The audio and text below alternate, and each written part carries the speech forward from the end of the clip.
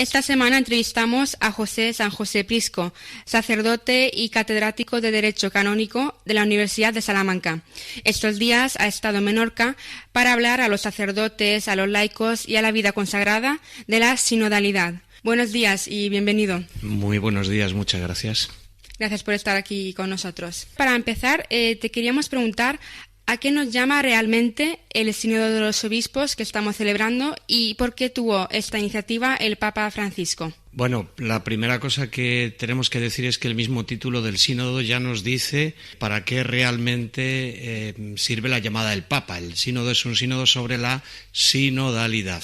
Por tanto, a lo que invita a todos los fieles, y cuando digo a todos los fieles me refiero no solamente a los laicos, es toda la Iglesia entera, los religiosos, otros consagrados y también los propios pastores, los sacerdotes, a lo que nos invita el Papa Francisco es a que reflexionemos sobre si en la Iglesia estamos viviendo este espíritu de escucha, de colaboración, de trabajo en conjunto, de toma de decisiones conjuntas. A esto es a lo que nos invita el Santo Padre, a reflexionar sobre este aspecto importante en la vida de la Iglesia. Así es. ¿Y qué les transmitiste a los sacerdotes de Menorca en las jornadas de formación? ¿Qué nos contarías? Bueno, la verdad es que no fue muy distinto a lo que hablé luego, porque, bueno, evidentemente un poco distinto sí es, puesto que estuvimos 2 mañanas completas. Pero en resumen, lo que luego pudimos compartir con laicos y vida consagrada en la tarde del martes, pues más o menos resume muy bien lo que hablé con los curas. Evidentemente a los curas hay que darles algunas indicaciones más. ¿Por qué?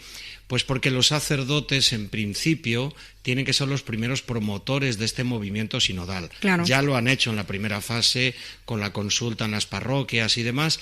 Pero creo que no deben de olvidarse que esto de la sinodalidad no es un acto puntual que haya servido para iniciar un proceso, sino que hay que continuarlo. Tiene que haber una continuidad. Eso es. Entonces, les he insistido mucho en eso. También hemos profundizado en algunos aspectos que nos interesan más como pastores, que no daba tiempo tampoco a hacerlo en la reunión que tuvimos con laicos y vida consagrada, aunque fue amplia, pero bueno, aspectos que a nosotros nos interesan mucho también para tener claridad y poder orientar bien a la gente. Y como has indicado, también ofreciste una conferencia a los laicos y a los miembros de la vida consagrada. ¿Por qué es importante que los laicos tengamos clara nuestra vocación y nuestro papel en la sociedad? Claro, yo pienso que lo más importante, de los descubrimientos más importantes del Concilio Vaticano II con respecto a la vocación y a la misión de los laicos fue precisamente que los laicos no son lo que resta cuando a la Iglesia le quitamos los curas y los consagrados, sino que los laicos tienen una vocación propia y peculiar que el concilio determina como la transformación de las realidades del mundo, de las realidades temporales. Y en esto los laicos tienen que ser especialistas en llevar el Evangelio a cualquier realidad social, al mundo de la cultura, del arte, de la ciencia, de la economía, de la salud, de la educación, al mundo del trabajo. Bueno, ese es el lugar peculiar en el que el laico desempeña su vocación. Pero evidentemente esto no lo va a hacer si no lo hace con un espíritu verdaderamente evangélico. Claro. Y además es muy importante que también los pastores conozcamos qué está pasando en estas realidades y acompañemos a los laicos como agentes ellos directos y responsables de la misión. Una misión que ellos tienen que realizar en el mundo y que traen el mundo a la Iglesia para que la Iglesia también conozca cuáles son las necesidades de los hombres y las mujeres de nuestro tiempo. Y al final, como laicos, nos referimos a una gran parte del pueblo de Dios, padres y madres de familia, sí, abuelos, sí. Catequistas, maestros, profesores, un largo etcétera. Son el 90% del pueblo de Dios, porque realmente el número de pastores es pequeño, el de consagrados es más grande que el de los pastores, pero vamos, somos una minoría en comparación con el resto del pueblo de Dios, que son los laicos, claro. Sí, Así que es importante que estemos comprometidos, ¿no?, en la transmisión de la fe. Bueno, importante, es que es vital importancia.